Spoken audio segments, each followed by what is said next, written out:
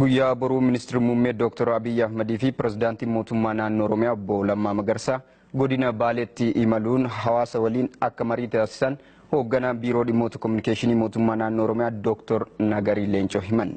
Dr. Nagariin qophii guyyaa boruu irratti ibsa kennaniiru hordofnee walitti deebina.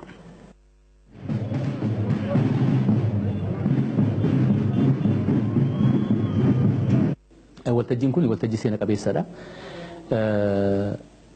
Sababni qophaa'ee fi kaayyoo gurguddaa sadii qaba. Inni tokko akkuma beekamu qabsoo uummanni keenya geggeesseeni injifannoo siyaasaa argame jira.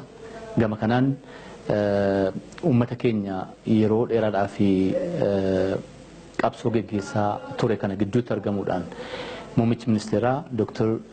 Abiy Ahmed uummata keenya naannoo kana jiranii fi magaalaa godina seena qabeettii taate Baaleetti argamuudhaan isaanii wajjin kan waa'ee injifannoo amma wanaatti argamee fi gara fuulduraatti immoo kallattii jiru uummataa wajjin kan isaan itti haasa'an ta'a. Akkuma kanas kabajamoo pirezidaantii obbo Lammaa Magarsaas uummata kanaa wajjin wal arguudhaan uummati kun gaaffii isaan qaban dhaggeeffachuudhaan uummata wajjin kan itti mari'atamuu fi amma yoonaatti injifannoo argame kana isa gara caalutti guddisuuf maaltu nurraa eegamas jedhu irratti mari'atu. Egaan gama siyaasa qofa otoo hin ta'in immoo injifannoon gama siyaasaatiin argamu dinagdee keessattis immoo hiika qabaachuu qaba waan ta'eef dinagdee wal ilaallatee keessumaa himaaxaa yookiis immoo maakiroo xixiqqaa irratti kan milkoomanii gootonni misoomaa gara abbootii qabeenyaa giddu galeessaatti kan itti ce'an waan ta'eef isaan kana ceesisuudhaan beekamtii kennuufis kabajamoo pirezidaantii obbo Lammaa Magarsaa waltajjii kanarratti kan argaman ta'a jechuudha.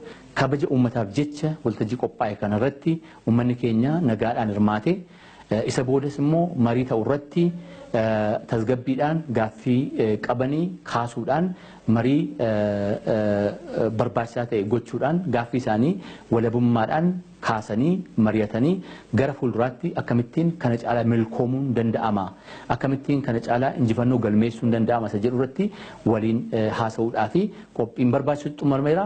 Akkuma qophiin xumuramettis immoo hawaasni waltajjii kanarratti argaman yeroo gaarii uumameef kana itti fayyadamuudhaan Baalee roobee magaalattis ta'e walumaa gala uummanni naannoo kana jiran Baalee qofa otoo hin ta'in naannoo Baalees kan jiran guutummaa Oromiyaa keessallee kan jiran asirratti yaadoo walii hirruuni gara fuulduraatti jijjiirama nurraa barbaachisaa ta'e kan ittiin finnu akka ta'udha kan gaafannu.